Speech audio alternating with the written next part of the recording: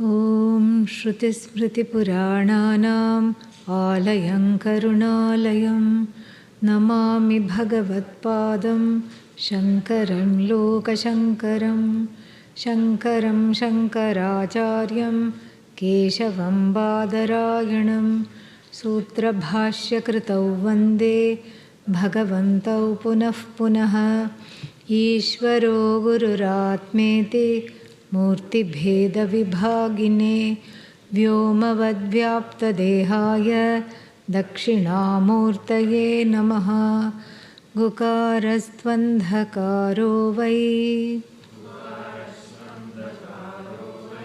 Rukarastannivartakaha Andhakara Nirodhitvat Gururitya-bhidhiyate. Om Sahana Vavatu Sahanau Bhunaktu Sahaviryam Karavavahai Tejasvinavadhitamastu ma vidvishavahai. Om Shanti Shanti Shanti. Looking at the pertinent portions of the section called Vidvat Sannyasa, and we have come to something which is wonderful, which talks about Vidvat Sannyasa means sannyasa which is gained after gaining the knowledge. So he starts off by saying something really nice. And he talks about how does one, because Vidvat Sannyasa means the ones who have gained the knowledge of Brahman as themselves. Then of course a very, very pertinent question is, how did this happen? How did they gain the knowledge of themselves? And for that, there is a very nice formula that we started to look at yesterday. So, first he starts off by saying, Atha means now. Now means what? After. After what? After describing Vividisha Sannyasa and etc. etc. Type 1, type 2, and then Atha Vidvat Sannyasam Nirupayamaha. Now we will be dealing with Vidvat Sannyasa. We will be unfolding what it entails, what it means for, how does it look like. And so right from the beginning, and there is a curiosity, how did the people who know themselves, who are wise, how did they gain this knowledge? There is already a akanksha, a curiosity, a desire to know. How did the wise become wise? How did the wise person become wise? And this is a very important question. And in the tradition, we do not accept that the knowledge just came suddenly. One day one went to sleep ignorant, sad. One went to sleep a samsari and woke up ajnani. That is not something that is accepted in the tradition, because the self-ignorance being there, jnanam cannot come unless that self-ignorance is properly dismissed. And the dismissing of this self-ignorance is what is very exciting, because that is what one wants. And so this whole thing of, as they say in Hindi, apne aap knowledge is not accepted. I got this knowledge all by myself. If you go and tell this to somebody in India, they'll say, please keep it with yourself. Do not give it to me. Because it has come from the machinations of your own, whatever. I don't know what you've got, but I don't even want to know what you have. Keep this knowledge unto yourself. Do not share it with me or with anybody else. Because where are the credentials? In America, that also has been shortened. Where are the creds? Yeah, that's what they say. Give me the deets. Deets means what? Details. Give me the deets on the creds. Otherwise, how do I see that your knowledge is valid? How, you just sort of say you just got it out of the sky. So therefore there is a method. And this is something which is very safe. This is what makes Vedanta a lineage. The study of Vedanta very practical and pragmatic and something safe. Otherwise it will just be a cult. Somebody touched you and you got this knowledge. Somebody hit you, hit is not the right word. Somebody bopped you with a peacock feather and you got the knowledge. All that theek hai, no problem. Let that be, even if that is true, let that be an exception. People always hang on exceptions. They forget the rule. People always want to know how Ramana Maharshi got this knowledge without studying with a teacher. How do you know he did not study with a teacher? Well, we don't find him talking about it. That doesn't mean anything. He was sitting in isolation for so many years. Who knows who he met? Who knows who he talked to? No, I know for a fact that he didn't meet anybody. He doesn't talk about it. All right. Then that means the homework was done in the previous life. In the previous life, he spent a lot of time on antahkarana shuddhi, inner purification. In previous life, he studied with a teacher. There was some things left over to do in this life. That's why the body was taken again. This is an exception. This is not the rule. And an exception only validates the rule. It does not negate it. So we should go with what is familiar, A, B, what is doable, and C, what has been done for ages and ages and generations after generations. This is how the student has become a teacher. This is how an ajnani has become ajnani. This is the whole thing, that we follow the safe, tried and tested path. Like I said, that this path works itself is all the miracle that we need. We don't need any other things falling out of the sky. That sounds dangerous, okay?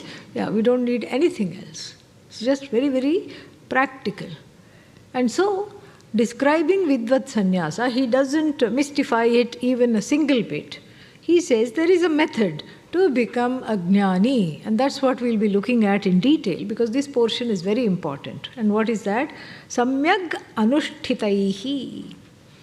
Samyak means properly. So samyak anushtitaihi. Anushtita means properly following, properly gaining, following. Properly following what? Shravana, Manana, Nididhyasanaihi. The formula called, and we'll be seeing what this is, the formula called Shravanam, Mananam and Nididhyasanam. Listening to the teaching with single-minded focus and ridding oneself of doubts, manana, and acquiring a contemplative nature, and this is nididhyasana. Gaining this, perfecting this Shravanam, Mananam, Nididhyasanam, and this is what, this is what has led them. And Shravana, so through these are the means, that's why it's in the third case.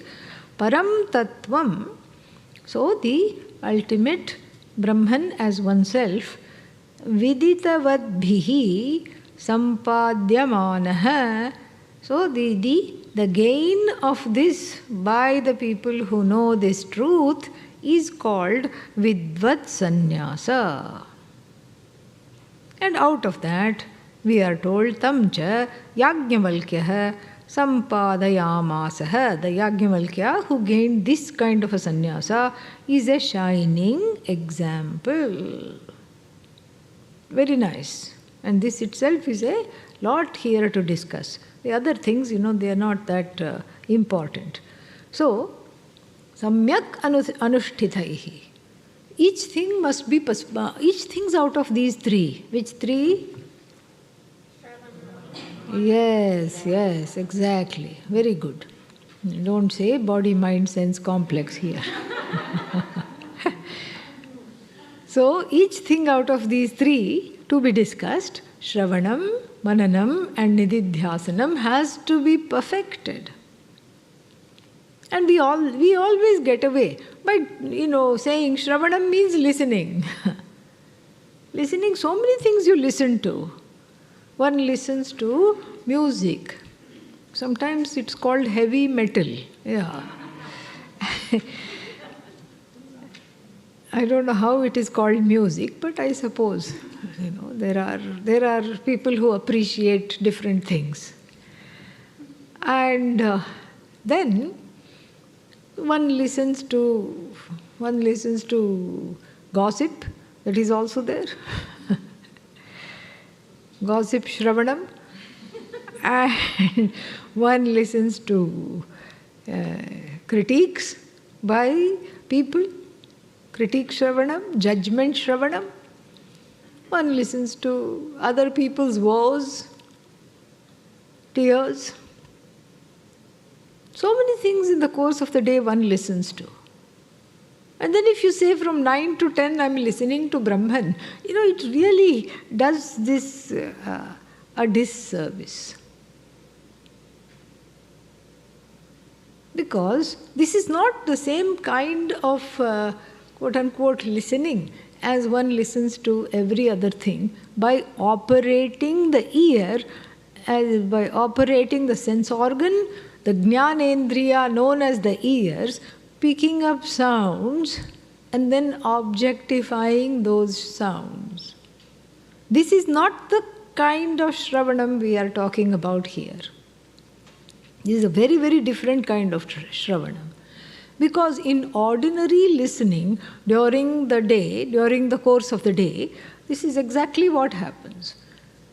The mind, blessed by Brahman, the mind shines and sends, as it were, the pair of ears to cognize sound. The ears go out, wrap the sound up, and then find out what it is. And then they come back and report to the mind. This is called cacophony. And this is what they say.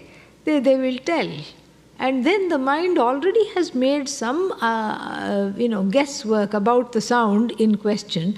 And then it kind of compares and validates the sound, and that has been brought back by the pair of the ears. And then the mind, then the knower, the ahankara, which owns up the mind and the sense organ called the ears, declares, I know this sound. It is the bell. You can say any kind of bell. Lunch bell. Too soon for that now. And or the bell calling one to meditation. So many things. Or the temple bell call for prayer. The sound, is objectified. This is exactly how cognition of any object takes place in the mind. And the person is born, the ahankara is reborn as knower. I know this sound. So cognition of sound is a two-part operation. One is where the ears go out, so to speak. They don't go out, they're right here. But the ears, as it were, go and wrap the sound, examine the sound, and bring back information. This is Rag Yaman Kalyan. Yeah. The notes are discerned. This is how it is. Because this particular raga has this tivra madhyama, the ma is different. And so when that ma comes, that note, the ma, and that madhyama note, when that comes, it's not the ordinary ma, it's tivra, it's a little sharp. And so that's how one knows this is raga yaman kalyan. Wonderful for evening raga, beautiful. And so this is how the sound is cognized, because all these various ways in which to cognize the sound it is given. And then it is brought back, and then the ahankara forgets the ears and its role and says, I know Yaman Kalyan. Takes all the credit. Shameless it is. And takes all the credit and says, I know Yaman Kalyan Raga. I know this. Me. So the first part of the operation of the cognition of the sound, namely the sense organ, here the ear going out and probing the sound, is called vritti vyapti, because the mind is behind the ears. And when the mind is behind the ears, so how does the mind communicate? Only in the form of a thought. Thought here is called vritti. Vyapti means the pervading of the vritti. The vritti fills itself, fills the sound. So the whole sound is a thought. The sound is cognized really in the form of an all-pervasive thought, a focused thought called vritti. So vritti vyapti means the pervasion of the vritti. The vritti penetrates the sound and pervades the sound. And then it brings, so this is part A of any kind of cognition. Then the second part of the cognition is what is called phalavyapti. These are technical terms. Phalavyapti. Phalavyapti means what? What does it entail? It entails that sound which has been cognized through the vritti vyapti, the information is brought back, so to speak. This is all happening in a split second, so it's not happening, it takes much longer to talk about it. And by this time we've had so many vrittis. This is happening in lightning speed, faster than that actually. By the time you close and open your eyes, already so many cognitions would have taken place. We are just looking at it in slow-mo, okay? For better understanding. So now, vritti vyapti means this is exactly what it is. So the information now has been brought back, and then there is a corroboration, a correction, so to speak. Was that a bell? And then the sound immediately, the ears go, yes, it is a bell. This confirmation, and as a result of either a correction needed or not, doesn't matter, that confirmation, cognition, or rather recognition, recognition, is called, the technical term for it is phalavyapti. This is how the knowledge of sound, or anything for that matter, takes place. This is exactly how it takes place, effortless. We don't even think about it. But the sages, the ancient sages, have made this into a two-part cognition, not just for the purposes of making any kind of a cognition into some kind of a fanciful operation, but precisely to understand the difference between object cognition and subject cognition. There is a big difference. Object cognition, the cognition of other things in the world, such as anatma. Anatma is, object, not I. So not I cognition, anatma grahanam, whether it is through sight or sound or anything. We are using sound because we are dealing with Shravanam. But the same thing applies to sight. The mind, as it were, goes in the form of the thought, using the light of the eyes, and then wraps itself and brings back the understanding this is a flower, whatever it is. So, this is exactly how the cognition of objects take place. But what about the cognition of the subject? Because because here itself is a problem. We have been told that the subject is not subject to objectification. We have been told this many, many, many, many times. Everybody knows that the eye is not a subject. It does not have form, so the eyes cannot see the eye. It does not make a sound. And don't believe people who say that there is a soundless sound. People say this, anahata, soundless sound. And then you hear it in deep states of meditation. If you hear any sound in meditation, what is it? It's digestive juices readjusting themselves. Kuru kuru kuru kuru, gudu gudu gudu gudu. That is what? Okay? That is not the sound made by the Atma. Atma is soundless. So it doesn't make a sound. It doesn't make a sound. Doesn't look like anything. You can say, oh, it looks like so and so. You can't compare it to anything. You can't infer that it exists because we are talking about the nature of the inferer. The inferer being already self-evident does not need to be infer. Inference is when there is no swatasiddhatvam. When there is no self-evidence, then, when it is not available immediately, then you infer. So supposing you see that it's already raining, it's very evident that it is raining. You can look out of the window and see that it is raining. You can go out there and get wet in it, drenched in it thoroughly. Do you need to infer that it is raining? No. Same thing here. The I is available, is self-evident. I know I am. And therefore it is not an object. It is not an object to be inferred. It cannot be compared to anything else because everything in the universe becomes evident to the eye. The eye does not become evident to anything else. Eye is self-evident. Everything resolves into the eye, emerges as it were from the eye, sustained by the eye. The eye is irresolute. This is why none of the inferences work. And this is why the means of knowledge called comparison does not work either. Upama. No upama.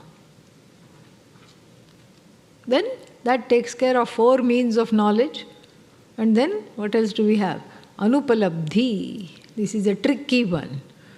And of course it is easy and tempting to conclude that if none of these modes of objectification work, what does it mean?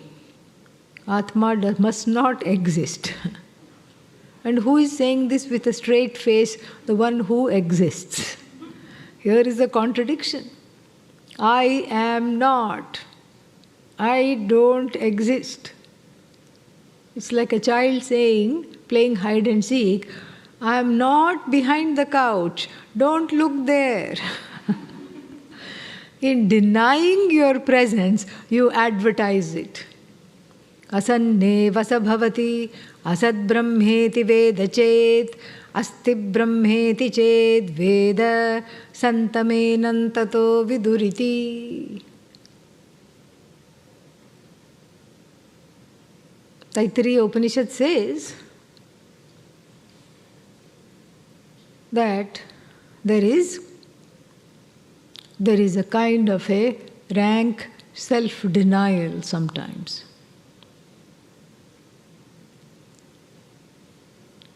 If you say there is no Brahman, what Brahman?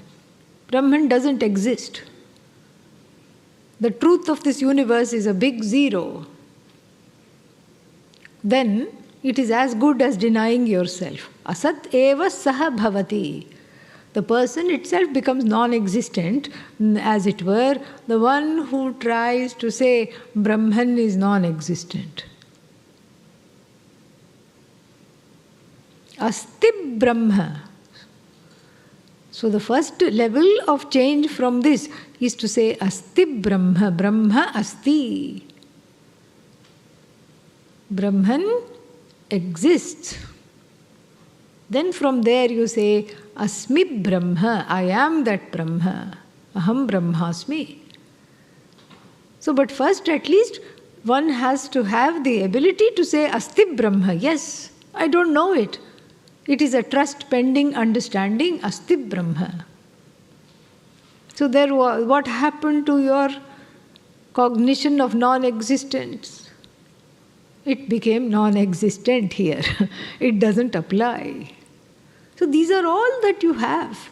These are all the pramanas that are at your behest. These are the ways of knowing. These are the means of knowing. You don't have any other way of knowing the I. Therefore, the pramana called Shabda Pramana, a sixth one, is introduced in the form of the Shastra. It is kept away from you so that you can't get your grubby paws all over it and then vitiate it, co-opt it, defile it with your ragadveshas. It is kept away. And you are exposed to it selectively, provided you want to gain this knowledge. It's always told. There is no rule that says you must, listen, otherwise something terrible will happen. No such thing. If you are interested in it, then you must listen. So already the people who come for what is called Shravanam, it's already a select group. It is not for everybody. And people who come are told, this is what it entails, and this is what you have to gain. This is what you have to do. So they already come with some expectations and with certain decorum. We'll be talking more about that. And with some qualifications, pre-qualifications, prerequisites. It's all there. It's just like if you go to if you want to study medicine, there are certain prerequisites, certain courses in anatomy and all these things, physiology you should have taken, you should have knowledge of this. And then you should be prepared to keep on studying for 12 years in one form or the other. So all this is already up front. To get into a certain major, you have to have, to qualify, to graduate with a certain major, you have to have taken certain courses, and all these things is already there. Here too it's the same thing. The prerequisites is what makes one ready for Shravanam. We'll be covering some of that as well. Most of it you know, but it's nice to do a little bit of a revision. So the prerequisites are there. And so the Shravanam is there for just the person who is willing to at least tentatively accept that this is the only way to know the Atma. Otherwise it doesn't work. Otherwise it's just like listening to music. Listening to music, listening to Brahman, there is no difference. The person listening to music is, once in a while, one with the music, that's okay, that's wonderful, but most of the time, it's just a casual listening. Sometimes the person may be analytical and, looking at what am I listening to. But otherwise, one is not expected to become one with the music. One is expected the music is supposed to entertain and chase away what are called the blues. In America, blue is associated with sadness, depression. But in India, it's associated with Lords Rama and Krishna, blue. And Lord Shiva, blue throat. So blue has a lot of holy associations. So this is slightly different. So the person who comes unprepared and wanting to catch Vedanta will have a very different idea of Shravanam. Will think that the Shravanam is for the sake of conquering something. Like, I got this music down, I have this figure or something I'm looking at down. I know this particular smell.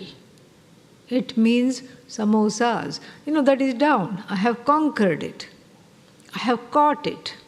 So the I who is the pramata, the catcher, the knower, the conqueror. The I is a little Caesar. Yeah. I came, I saw, I conquered, I know, this is what it is.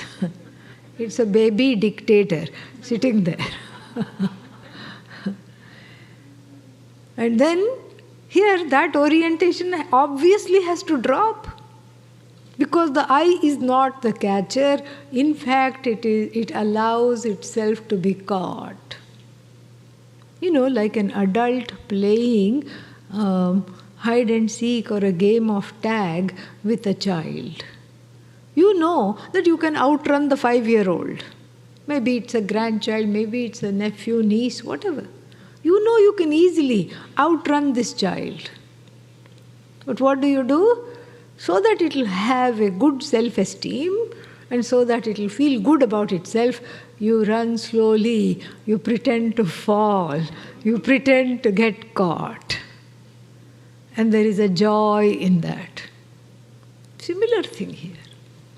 Here also, you stop running and you allow yourself joyously to get caught. You are not the catcher. And that is why the Atma Bodha, the knowledge of the Atma, does not have these two technical components that we just finished discussing. What are those two technical components? Vritti Vyapti and then Phala Vyapti. Vritti Vyapti is there because we are always talking about Brahman, Brahman, Brahman. And then from the Shastra, that truth about Brahman is communicated Guru Mukhat through the mouth of the teacher. And this becomes important because the message of the Shastra is amplified by the teacher, much like this microphone. The teacher is like the microphone that amplifies the message of the Shastra so that it can be clearly and properly heard, clearly communicated. And of course, the Shastra is then made live. Oh, so is it dead in the Upanishad? It's not dead. But it is difficult to relate to. It's not dead. It's difficult to relate to without coming in the way because the catcher wants to catch hold of the Mahavakya. And so here, the teacher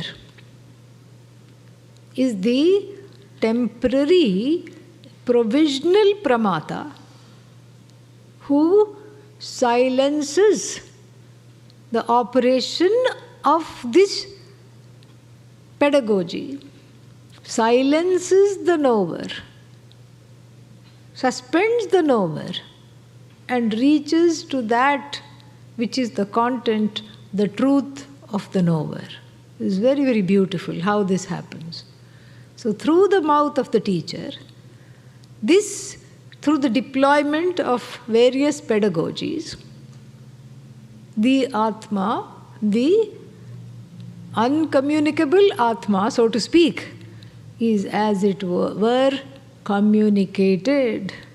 And the first part of the operation still stands, Vritti Vyapti. The whole mind is flooded with Brahma Vritti, Akhandakara Vritti. The Vritti of oneness floods and delights the mind. This is called Akhandakara Vritti, an unbroken Vritti, where In this vritti, there is no subject-object separation or difference. That's why the mind is in ecstasy. But right before, just before the ahankara can rise, like a cobra, and take the credit, I know Brahman, I have caught Brahman. Suddenly, it understands that it has no role at all. That this is a knowledge without the knower. Very interesting. It understands because since the knowledge of the I is already self-evident, and since that I is always available, asti asti asti iti upalabhyate, then there is no need for a reconfirmation that I am an object that exists because I am not an object. So the ahankara, which was all ready to take the credit and want a standing ovation for having caught Brahman, suddenly has to sit down in despair. Oh, I'm not needed at all. Oh. But it can't still be sad because it is, it is a very delightful dismissal. So vritti vyapti is there because the whole heart, mind, everything, ears are flooded with Brahma vritti, akhandakara vritti, the vritti of oneness, the vritti of wholeness, the vritti of freedom, the vritti of joy, ananda, delight. But then there is no need for a reconfirmation because that I is already evident. This is why phalavyapti doesn't take place, need not take place. The I cannot be objectified. This everybody knows. But what is often not understood properly is that the I need not be objectified. Very, very important. Need not be objectified. Because sometimes people don't know this. Oh, if the I is not an object, how can I know it? Well, it doesn't need to be an object because it is always available, always evident. So if this much is understood, then we'll turn back to this concept of Shravanam. What is this Shravanam? Listening. Listening means how? Listening means there are a lot of prerequisites that come. So do I have to clean out the ears? That will definitely help. Yes. But more we talk about an inner preparation and cleansing before Vedanta Shravanam. What is that? First, of course, comes the acquisition, the cultivation of the four qualifications. Sadhana chatushtaya. Sadhana chatushtaya sampattihi. Fourfold qualifications. What are they? Viveka. We've talked already a lot about Viveka. Then, along with that, Vairagya. Discernment, nitya nitya vastu vivekaha. The definition of viveka is to the ability to discern between what? Between the non-permanent and the permanent. Iha mutra phala bhoga viragaha. We've talked a lot about Vairagya. The manda variety, the tivra variety, the tivra tara variety. We've talked about varieties of Vairagya. But the definition is very simple. Iha, with reference to things that are here, amutra, things elsewhere in other lokas, phala bhoga viragaha. The letting go of the addiction to experiencing the fruits of actions in the here or hereafter is called Vairagya. Then The fourth one is mumukshutvam, cultivating a desire for freedom. But that is not enough, is it? Because that mumukshutvam has to be converted to jignasutvam. The desire for freedom should be converted to the desire to know, the desire for knowledge, self-knowledge. And how does that happen? By knowing that actions do not produce this knowledge. Actions are of no use, so we are in the realm of knowing. This is how these three qualifications. We say four, but the fourth one here, which is actually the third one, which I saved it for the last, is called the six-pack because it contains 6 qualifications in one. So why not say 9 qualifications right at the beginning? Because nobody will come. 9 things, OMG, this is not for me. 4, okay, I can manage. 3, 4. That is why, in the Bhagavad Gita, 20, these 6, 9, 4, whatever, these qualifications are made into 20 values to cultivate. And this appears in chapter 13. And naturally, one is curious. It should appear in chapter 1 before I am getting ready to study. And why does it appear in chapter 13? Because if had it appeared in chapter 1, Gita would have been, a short-lived affair. You would have said, okay, this is nice. Amanitvam, adambhitvam, ahimsa, kshantirarjavam, acharyopasanam, स्थैर्यं शौचं आत्मविनिग्रहः इन्द्रियार्थेषु वैराग्यं अनहंकारः च जन्ममृत्युजराव्याधि दुःखदोषानुदर्शनम् असक्तिः अनभिष्वङ्गः पुत्रदारगृहादिषु नित्यं च समचित्तत्वम् इष्टानिष्टोपपत्तिषु मयि अनन्ययोगेन अव्यभिचारिणी भक्ति. Like this. There's all these things. And by the time you're done, you just want to go to bed. That's when you understand the seriousness of it. So that's why this six-pack is seen as one. That's one of the reasons, I think. And the other reason why it is seen as one is because there are certain similarities that it has in terms of calming down the mind and having the proper attitude for the study. Dhamma. Oh, but I thought Shama comes first. Not now. Now Dhamma will come first. Bahyendra nigraha Dhammaha iti uchyate. The ability to have a say over my organs of action is called Dhamma. This comes first because that is the first level of restraint. You feel like punching somebody, but thankfully you don't. This is Dhamma. The hand clenches into the fist and you want to go cuff that fellow because that person is so badly behaved. I don't even know why this person has been put on the earth. You're angry.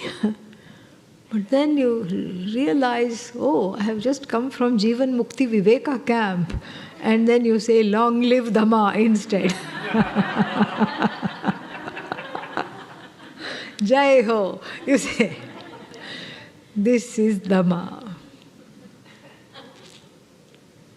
Okay, little bit you can take a little victory lap because obviously one level of restraint has been achieved. Yay, yippee. But the feelings for that fellow are still there, correct? Yeah. The anger, the resentment, the vengefulness. And you still want to hit. You did not hit, but that want is still there. That is where Shama comes into the picture. Shama comes into the picture because the mind And all its pain and hurts which have been suppressed, because Dhamma is a certain kind of a suppression. And so the mind is like a pressure cooker, it is seething.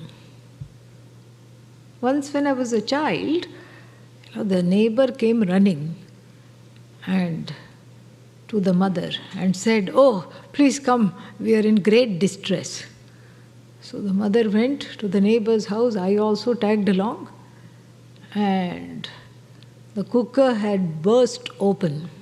Some safety valve had malfunctioned. And the lid had gone and stuck to the ceiling with such force. And that poor lady had been cooking some dal. The whole kitchen had been painted yellow by the dal. It was everywhere. And that is exactly, I was watching with fascination. I still remember. And so that's exactly what happens when Shama is not cultivated. Antarendra Nigraha, the ability to have a say over the ways of the mind, Shama. You write out the pain, you talk out the pain, provided you have somebody to listen to, okay? That itself is a big task. You may have to pay somebody, that is called therapy. That's also okay. You work through the pain. You allow the mind to come to, you pray. You write it out, you talk it out. You get to the place of you get to the place of a nice equanimity. This is Shama. Shama and Dhamma become easier if one cultivates the practice of not getting too affected by things that happen in the first place. This brings us to the third qualification in this six-pack. It is called Uparati or Uparama. Uparama means full stop. This is a wonderful practice. Putting a mental full stop after every thought.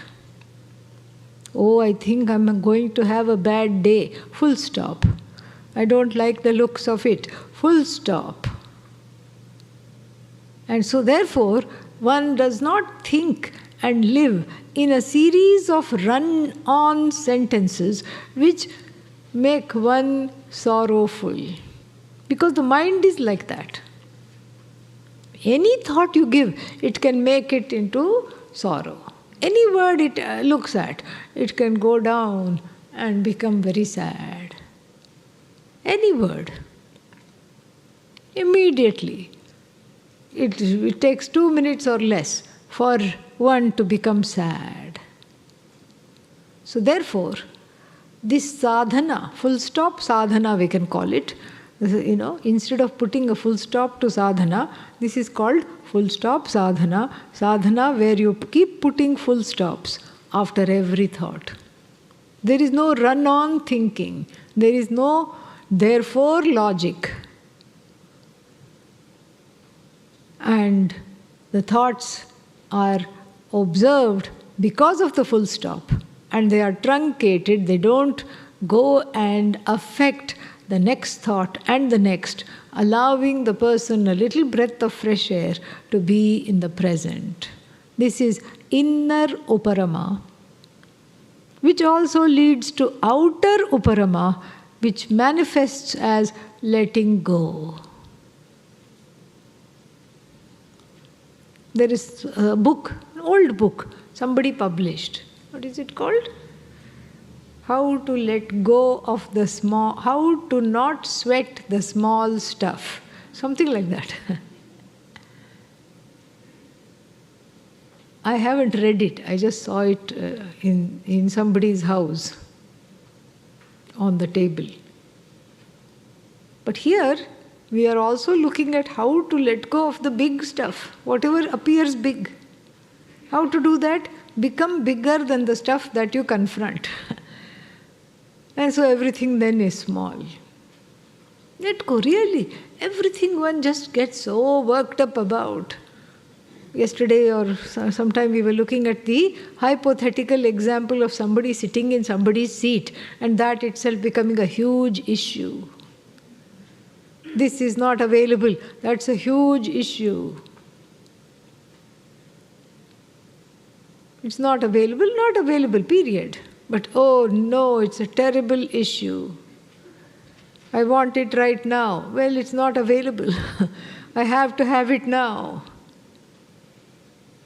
And then that thought of have to have it now, but I can't have it now, spirals into various ways, various things, and affects the whole life. In fact, one way to ensure that your day goes badly is to not have uparati. Without uparati, you can be assured that every day will be a bad day. Have to learn to let go. Let go. Oh, then people will exploit me. Let go of that thought first. Okay? Do uparama to that thought. Oh, I am a buddhu. Everybody exploits me. I'm very gullible. Don't be gullible. Simple. No, but I don't know how to be gullible. I don't know what to do. Doesn't matter. Let go. That feeling that I am being exploited is a subjective feeling. Somebody took advantage of me. How can they take advantage of you? No, they took something from me. I wasn't willing to give. Okay, go fight with them. Go tell them, okay, please give it back. No, let them have it. That means you're giving it willingly. Then why are you complaining? Uparati. Then what? Titiksha. Even though it has a desiderative ending, it's not desiderative in nature. It's a noun, titiksha. It's not the desire to. Certain roots take the desiderative ending even before the terminations, without having the desiderative desiring to meaning, because it rhymes with mumuksha and jignasa. Don't think it is desiderative. It's not. Titiksha. Titiksha means the ability to bear with difficulties. Why? For the sake of knowledge. To put up with difficulties because I have other things in mind. I am not interested in just this, in trying to manipulate my life to make it better. That's not where my interest is. Manipulating people, trying to adjust the circumstances so that I have a good day. That's not where my interest is. That's not where I want to effect any kind of a change. My sights are set on Atma Jnanam. And in the process of making myself available to Atma Jnanam, there will be difficulties. One can vouch for it. There will be difficulties. How can there not be difficulties? Karma itself comes out in many ways. So you go to an ashram, and then what? Plane is late. And then you have to stay somewhere else. And then you have to come. And then you keep talking about how difficult the trip was. You go on a trip about the trip until the next retreat. Keep going about, oh, how difficult it was to reach the ashram, and how hard it was, and how terrible. That is one kind of difficulties one can have. So many other kinds of difficulties are there. You are in a public place. This is not your house. Neither is it a 5-star hotel. Comes pretty close, but yeah. So, and it's not, there is, what should I say? There is nobody to call and complain. You can call and complain, but nobody does anything about it because it's an ashram. It is not your hotel. It's not your parents' hotel, where you have some special privileges. And it's not, yes, we expect you to be comfortable. We expect you to, we can do whatever we can, but there are many things that cannot be done. You cannot customize your ashram experience. Yeah. So, certain things one, learns to put up with for the sake of the knowledge. Lecture hall, too hot, too cold, one puts up with. And then somebody told me this, why do people keep coming when they are not interested in the knowledge? They come for 2 minutes and go. They are coming not for the class, they are coming to look at Lord Dakshinamurti. They are coming to pray. Why should they pray during my class hours? They can also ask the same thing. Why should they have class during my visit and praying hours? They can also ask the same thing. Somebody is going on, and here I want to have a quiet time with Bhagavan. Why should class exist? I am only interested in worship. People can say that. So, all this, so there will be difficulties. I'm just talking of small ones just to make us laugh and have a good time. But there are some difficulties, there are other serious difficulties also. Not having much support from the family to go and study this, that is also there. No one else in the family is interested in this. You keep dreaming Vedanta, waking Vedanta, eating Vedanta, sleeping Vedanta. And everybody else in the family thinks you are just slightly off. Yeah. A pleasant enough person, no doubt, but slightly off. What is this all the time running to ashram, ashram, ashram? What is there? What's wrong with you? Yeah.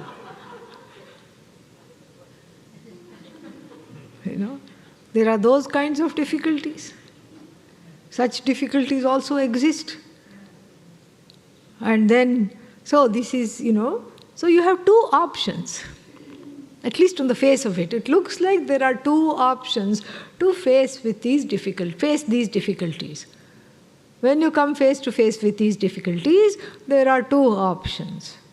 Option number one, wail loudly, catch hold of anybody who will hear your woes, and make sure you tell them your whole life story and all the difficulties. Of course, the next time you encounter them, they'll duck behind a tree when they see you coming. But don't give up. Catch hold of the next person. Yeah, in the retreat there are many people. Catch hold of the next person. You know what happened, and then you just ... keep going. Option number one. Option number two, just say, I am not like those people who wail at all. I am the strong, silent type. Meaning what? Other people wail loudly outside. I put a veil on my wailing and I wail within. Other people explode. And how messy is that? Gee, not for me.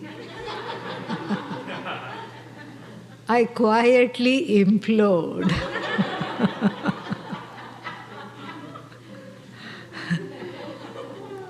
And on the face of it, these are the two options that it looks like one has. Which of this is titiksha? Huh? Neither. Neither is titiksha. Titiksha is the ability to have this forbearance without needing to either explode or implode. That is titiksha. Sahanam sarva dukkhanam apratikara purvakam chinta vilaparahitam sa titiksha nigadyate. Viveka Chudamani has beautiful definitions for each of these qualifications. Very, very nice. Sahanam sarva dukkhanam, the power to put up with difficulties for the sake of gaining this knowledge. Difficulties means adjusting to whatever there is. For the sake of gaining this knowledge, apratikara purvakam, without being reactive all the time. This is also very important. Fighting against the difficulties, being reactive all the time. Chinta rahitam, without imploding. Chinta here means worry, anxiety. Then vilapa rahitam, without wailing loudly. Come one, come all. To the Jiva ball. Yes. How do you spell ball? B-A-W-L. Ah. So, this is, this is called vilapa. So, when one grows in maturity, without needing to get anxious and worry about it and implode internally or explode externally, that is titiksha. And how it goes a long way for being a fantastic prerequisite to becoming a Vidvat Sannyasi, we'll see shortly in the next class. Om Purnamadav Purnamidam Purnat Purnamudachyate Purnasya Purnamadaya Purnamevavashishyate. Om Shanti Shanti Shanti. Harihi Om Shri Gurubhyo Namaha. Harihi Om.